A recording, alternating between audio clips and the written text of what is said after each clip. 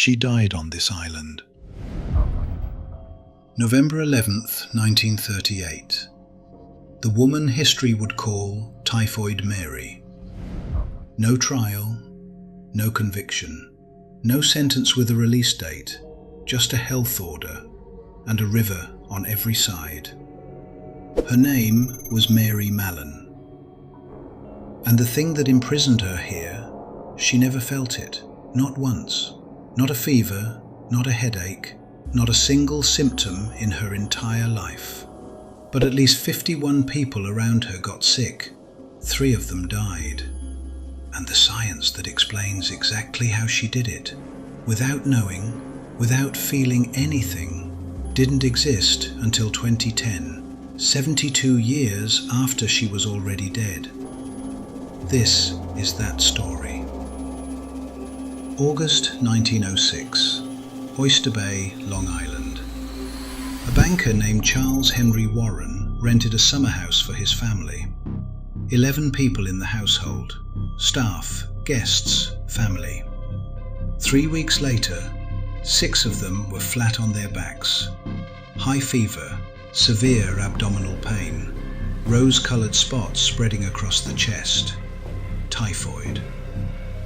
Now, this was wrong. Typhoid was a disease of slums, bad water, open sewers, overcrowded tenements on the Lower East Side, not summer houses, not banker families on Long Island. Warren couldn't re-let the house after the season ended. Nobody wanted it. He hired a sanitary engineer named George Soper to find the source, because if there was no explanation, the property was worthless. Soper started eliminating things. The well water, clean. The milk delivery, clean. The ice, clean. The shellfish, clean.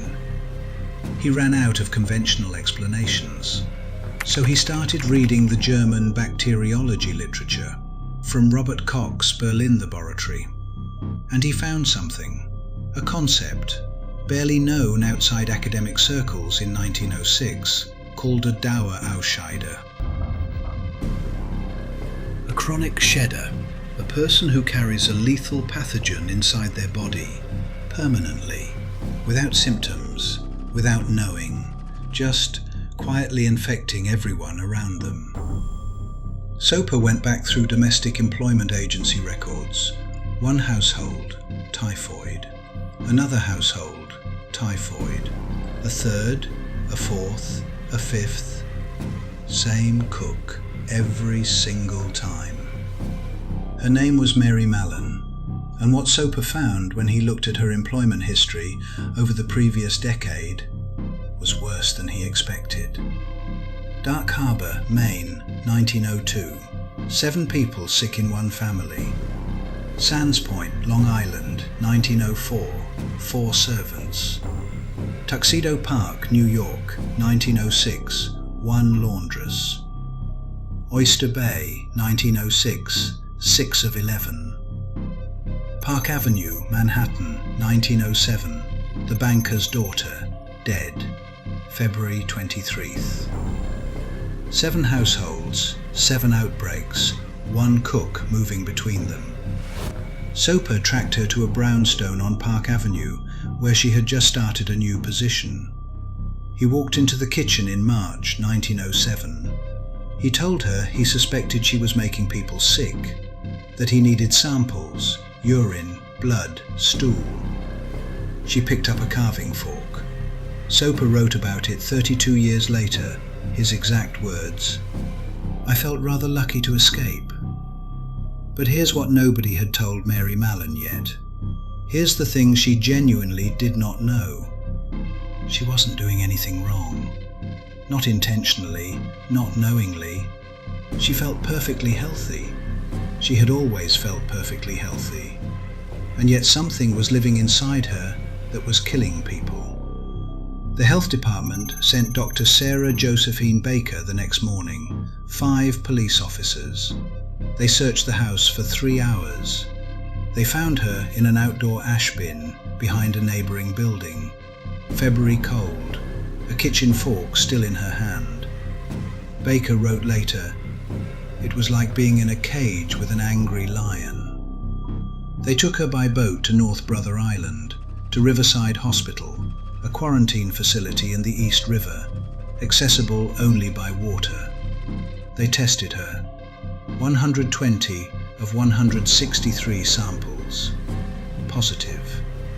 And Mary Mallon, who had never been sick a day in her life, had absolutely no explanation for any of it. But I do. And once you understand what was actually happening inside her body, you'll never look at a healthy person the same way again. Salmonella typhi, the bacterium that causes typhoid fever, kills between 10 and 20% of untreated patients. Fever so high it causes hallucinations, intestinal bleeding, organs shutting down one by one. Most people who survive eventually clear the infection. Most. In roughly 3 to 5% of cases, the bacteria don't leave. They migrate to the gallbladder, a small organ that sits just below the liver, storing bile, and there they find gallstones. Here's the mechanism, and this is the part that wasn't confirmed until a 2010 paper in the Proceedings of the National Academy of Sciences by Dr. John Gunn at Ohio State University. Salmonella typhi builds a biofilm on the surface of gallstones, a protective matrix made largely of cholesterol wrapped around the bacteria like armor. Inside that matrix, the immune system cannot see it. Antibiotics cannot reach it.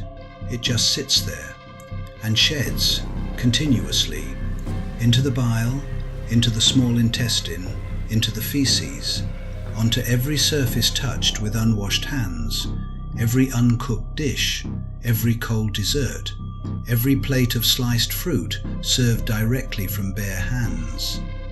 The peach ice cream, raw peaches, folded into cream, frozen and served cold. No heat to kill anything, hands on the fruit directly. Soper figured out the route before anyone had a name for the mechanism. He wrote, "No better way could be found for a cook to cleanse her hands of microbes and infect a family." The health department offered to remove her gallbladder, surgery, potentially a cure. She refused. And before you judge that decision, in 1907, that operation killed a meaningful percentage of patients on the table. The department had already tried it on 5 other carriers. It hadn't worked for any of them. She was also being asked to consent to a dangerous surgery as proof of a disease she had never felt, by people who had taken her from her kitchen by force. She wasn't being irrational. She was being a woman in 1907 who felt perfectly healthy, and nobody was giving her any good options. She spent 3 years on the island, filed a habeas corpus petition in 1909. Her lawyer argued her imprisonment without charge or trial was unconstitutional. The court denied it. The judge relied on a 1905 Supreme Court ruling, Jacobson versus Massachusetts, which had established that state police power can override individual liberty for public health purposes. The same ruling that courts would cite 115 years later for COVID-19 emergency orders.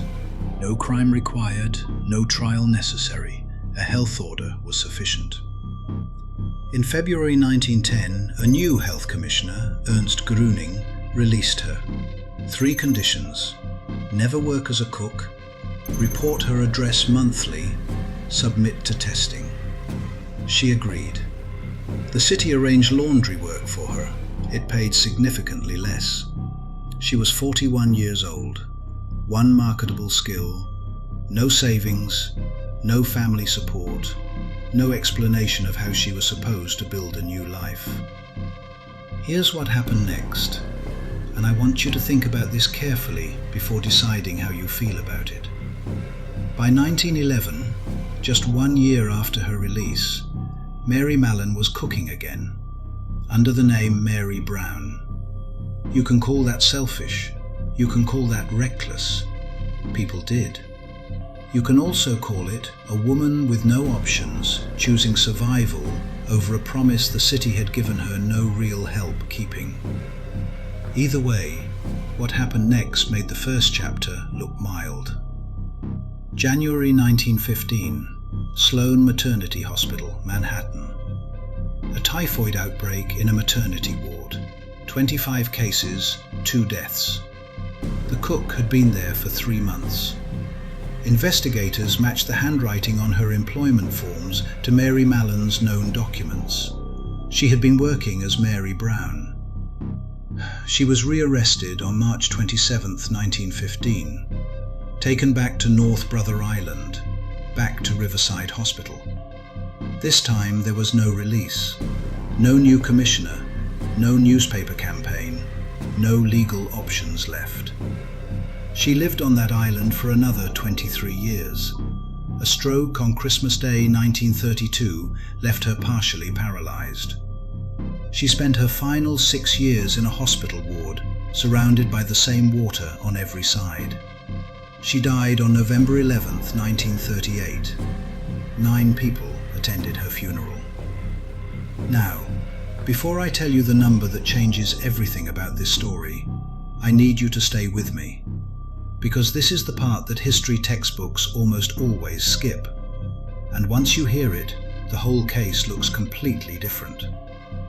By 1915, the year of Mary's second arrest, the New York City Health Department had identified approximately 400 other asymptomatic typhoid carriers in the city. 400! Not one of them was imprisoned for life. Some received financial assistance. Some were offered jobs that didn't involve food handling. Some were monitored quarterly and otherwise left alone. A food worker named Tony Labella was connected to 122 typhoid cases and 5 deaths across 2 separate outbreaks, 1922 and 1923. He was briefly detained, then released. Mary Mallon spent 26 of her last 31 years confined on a river island without a trial, without a conviction, without a sentence, without a release date. Irish, female, working class, single, no husband, no children, no money for lawyers until a tabloid newspaper paid her legal fees. She cooked inside the homes of wealthy New York families, which meant when the rich got sick, it made front pages. The front pages made her a monster. The city made her a prisoner. Neither of them was wrong about the biology. Both of them were wrong about the punishment. Now, here's why this story isn't over. November 2016, Hyderabad, Pakistan, Sindh province. A cluster of typhoid cases that looked, at first, like any other outbreak. It wasn't. This strain of Salmonella typhi was resistant to 5 antibiotic classes simultaneously. Ampicillin, gone. Chloramphenicol, gone. Fluoroquinolones, gone. Cephalosporins, gone. Trimethoprim sulfur methoxazole, gone. XDR typhoid, extensively drug resistant. Only azithromycin, a single antibiotic, remains effective. By mid-2021, approximately 20,100 confirmed cases in Sindh province alone. Travel-associated cases have appeared in the UK, the United States, Canada, Denmark, Australia. The WHO responded by implementing the Typhoid Conjugate Vaccine Program. Pakistan became the first country to roll out mass TCV vaccination in 2019. The WHO estimates 9 million typhoid cases globally every year, 110,000 deaths. The antibiotic toolkit that controlled this disease for 70 years is running out. Mary Mallon's biology, the gallbladder biofilm, the asymptomatic shedding, the contaminated hands and uncooked food, is operating in Karachi right now, in carriers who feel completely healthy, who have no idea. The same mechanism, the same invisibility, a century later, getting harder to treat every year. She died on November 11th, 1938, 69 years old. 9 people came to her funeral at St. Luke's Church in the Bronx. She is buried at St. Raymond's Cemetery. She never got her name back. Typhoid Mary, 2 words she hated, given to her by a newspaper in an illustration showing her dropping human skulls into a frying pan, became one of the most recognized phrases in the English language. The legal framework used to justify her quarantine, Jacobson versus Massachusetts, was cited by American federal courts in April 2020 to uphold COVID-19 emergency orders. Her case never stopped mattering. She wrote in 1909, from that island, in a letter to her lawyer, "Why should I be banished like a leper?" Nobody gave her a satisfying answer. She was not innocent of the harm. People died after 1910 because she went back to cooking. Those deaths are real, and they belong in the story. And she was a woman with no options, imprisoned longer than any comparable person, stripped of her livelihood, and reduced in public memory to a tabloid nickname she despised. Both things are true at the same time. That's what makes her worth remembering. If the history of disease teaches you anything, and it does every single time, it's that the biology is never the whole story. The decisions made around it are. If stories like this are the kind you want to keep finding, subscribe. There are more where this came from.